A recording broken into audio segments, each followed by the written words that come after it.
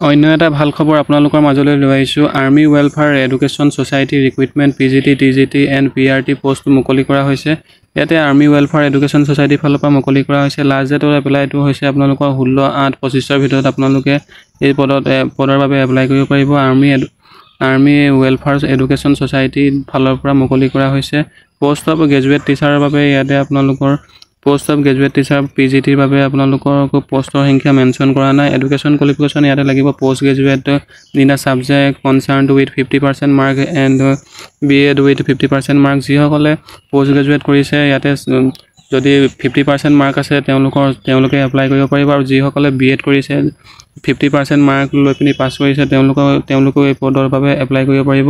তাৰপিছত আছে trainee graduate টিচাৰৰ বাবে TGTৰ বাবে পোষ্টৰ সংখ্যা মেনশ্যন কৰা নাই। ইয়াতে education qualification graduate in the subject concern with 50% mark হ'ব লাগিব, আৰু BEdৰ বাবে BEdৰ মাৰ্ক 50% মাৰ্ক হ'ব লাগিব, তেতিয়াহে এই পদৰ বাবে ইলিজিবল হ'ব। নেক্সট আহিলে ফাৰ্মাচী টিচাৰৰ বাবে ফাৰ্মাচী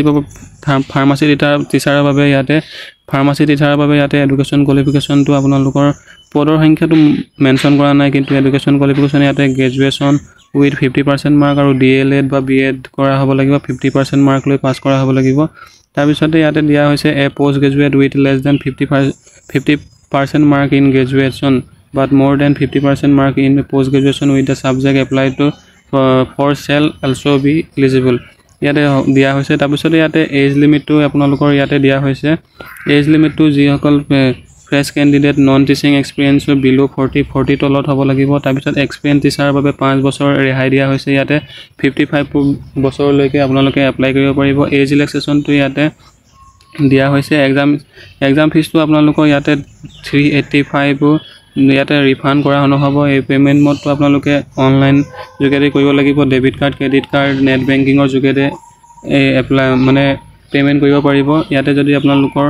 তাৰপিছতে নেক্সট আহিলে ইয়াতে সকলোখিনি তথ্য দিয়া হৈছে। ইয়াতে আপোনালোকৰ ষ্টাৰ্টিং ডেটটো ষ্টাৰ্ট হৈছে 5 জুনৰ পৰা ষ্টাৰ্ট হৈছে, আৰু আপোনালোকে লাষ্ট ডেটটো আপোনালোকৰ 16 আগষ্টলৈকে এপ্লাই কৰিব পাৰিব। Date of release admit card আপোনালোকৰ 8 ছেপ্টেম্বৰ তাৰিখে এপ্লাই কৰা হ'ব, মুকলি কৰা হ'ব। তাৰপিছত আপোনালোকৰ এক্সাম ডেটটো আপোনালোকৰ 20 ছেপ্টেম্বৰ আৰু 21 ছেপ্টেম্বৰত অনুষ্ঠিত কৰা হ'ব। পাব্লিকেশ্যন ৰিজাল্টটো আপোনালোকৰ আফটাৰ 8 অক্টোবৰৰ ভিতৰত আপোনালোকৰ ৰিজাল্টটো মুকলি কৰা হ'ব বুলি ইয়াতে মেনশ্যন কৰা হৈছে। ইয়াতে এডভাৰটাইজমেণ্ট ডিটেইলখন চালে আপোনালোকে সকলোখিনি তথ্য পাই যাব। General instruction for candidates online screening test আপোনালোকৰ OST ছেপ্টেম্বৰ 2025 দিয়া হৈছে।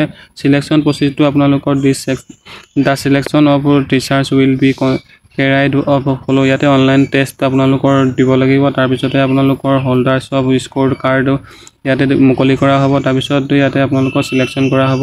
তাৰপিছতে ইয়াতে আপোনালোকৰ নোট ফৰ কেণ্ডিডেটছ ইয়াতে নোট দিয়া হৈছে for candidates who have already qualified in OST the eligibility conditions as applicable in the year of passing will apply ইয়াতে সকলোখিনি তথ্য দিয়া হৈছে। ইয়াতে ইণ্টাৰভিউ মোডটো এভৰি স্কুল ইয়াতে দিয়া হৈছে।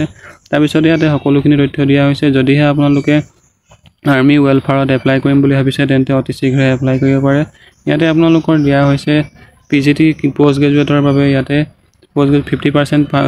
50% মাৰ্ক হ'ব লাগিব, তেতিয়াহে এপ্লাই কৰিব পাৰিব। তাৰপিছত PGT গ্ৰেজুৱেটৰ বাবে আপোনালোকৰ BEd কৰা হ'ব লাগিব।